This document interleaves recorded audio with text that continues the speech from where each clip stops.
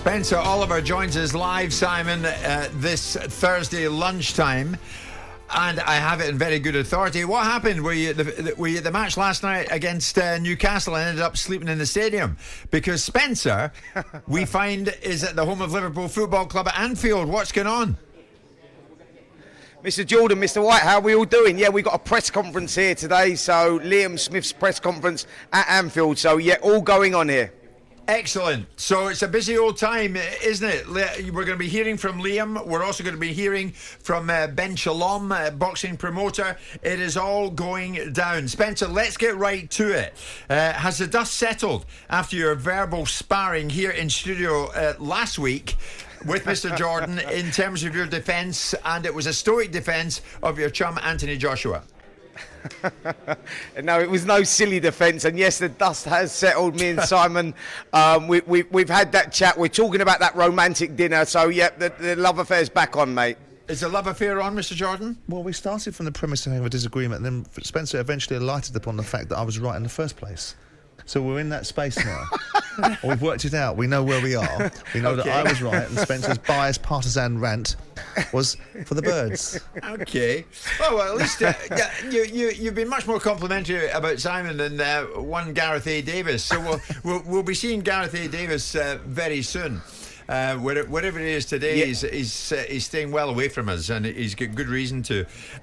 Spence, a lot going on then in the next hour, and of course, as I've been saying to the listeners, I've been saying to the viewers who are watching on YouTube and Facebook, we will come away from you in this boxing hour, and we will talk football as and when Dan Windle, Alex Crook, or even myself, we get news as we're getting at the moment of the latest transfer deals that are going down. Spencer, as you know, this is transfer deadline day, so it's all going on in the world of football. But where are we heading then regards Joshua? Eddie Hearn has confirmed that Joshua is going to fight in the UK next. He's looking at a December clash, I think, against a top 15 opponent. And of course, that means it's a case of what might have been if he'd beaten Usyk and Usyk hadn't beaten him. Yeah, so listen, I think that Anthony Joshua, look, he was very keen to get back in to the ring as soon as possible. You know, all that nonsense of people talking about, is he going to retire? You know, now he's not at this sort of level. Yes, he is. He just needs to needs to regroup. He's going back to the gym. He's already back in the gym training at Finchley ABC. He will be back in December and looking to regain them titles at some point. But you're right in what you said there, Jim. It's a top 15 opponent they're looking at. I'm not sure who that is at the moment. They haven't given any sort of shortlist at the moment, but it will be someone in the top 15.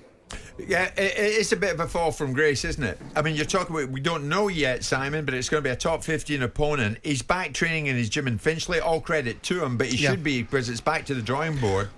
Well, I questioned the veracity of the thinking about getting him out really quick, because I felt I wasn't one of the ones that were calling for him to retire. I was one of the ones that were calling him to take a pause to thought about what he wanted to do and how he wanted to do it, because I think he needs to change up. I think he needs to go and train with a trainer in that trainer's country, which is what Robert Garcia is advocating, and take himself out of the comfort zone and into a different space. And he's got to be prepared to do that. And I also felt that as a result of that rant, that he was obviously in an emotionally fragile state, and was it the right thing to do to get back in the ring?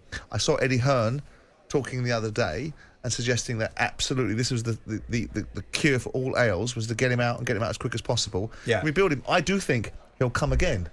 I do think he'll come again if he wants to, if he has the appetite. Right. Spencer, I mean, you're in that camp, aren't you, Spencer? Yeah, absolutely. Listen, he's definitely 100% going to come again. This is by no means is Anthony Joshua even considering retiring. You know, he lost that fight to Alexander Usyk, and he wants to regain those titles. So, you know, he's going back.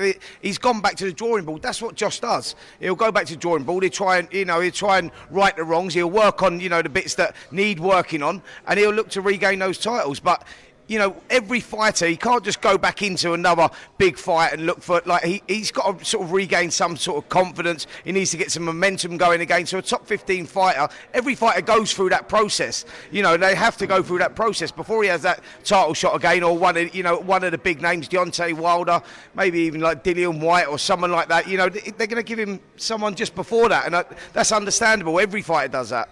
Actually, just briefly, will we be seeing him with Garcia again, his trainer? Because Robert Garcia has made some interesting comments this week. Can Anthony come back? Yes, he can. He's going to come back.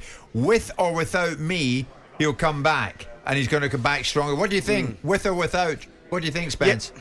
Do you know what? I really don't know, Jim. It's a difficult one to answer, actually. I've not even spoke to Anthony about that. I think that they're just waiting to see how the dust settles at the moment. I know that Robert Garcia was saying, look, he wants Anthony Joshua to go over there at least 8 weeks, possibly 12 weeks before the next fight, if they work together again, and goes over to California, trains in Robert Garcia's gym, is around all the fighters that are around there. I'm not sure Joshua wants to do that. I think he may want to, set up camp somewhere else. He may want to do it over here. So I can't give you that answer at the moment, but I know Robert Garcia was saying that he wants to make those changes, and perhaps those changes are what needed. Perhaps Anthony Joshua does need to be around these fighters, because success breeds success, and I think if he's in there with all these other fighters, I think that can only be beneficial, but that's down to Anthony Joshua to decide. That's what we were saying, Spence, though, this change up.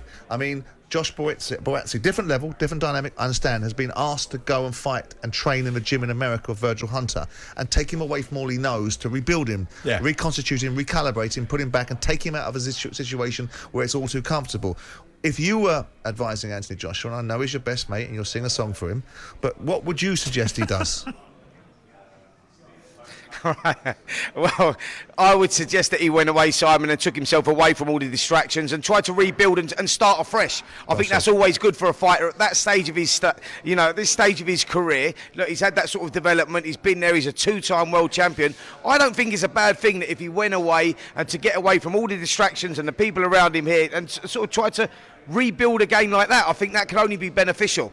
Briefly, let's have a look at this, Spence. Tyson Fury, Alexander Usyk.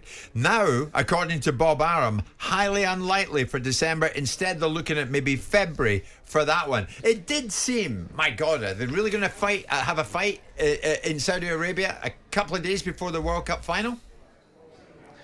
Well, do you know what? I don't think that would have been a bad thing, if I'm honest. I think they were talking about December the 17th, which is a day before the World Cup final. And I think that would have been a good thing to, sort of get the crowds in there, because Qatar obviously is not too far away. So I think actually that would have worked. And I'm still not writing that off, if I'm totally honest, guys. I think that's a date that's still likely possible or highly possible. I know Bob Arum said that, but Bob Arum says a lot of stuff, if I'm totally honest. Bob's changing his mind like the weather, so he's all over the place. So I'm not sure. I think that fight could still happen December the 17th, definitely.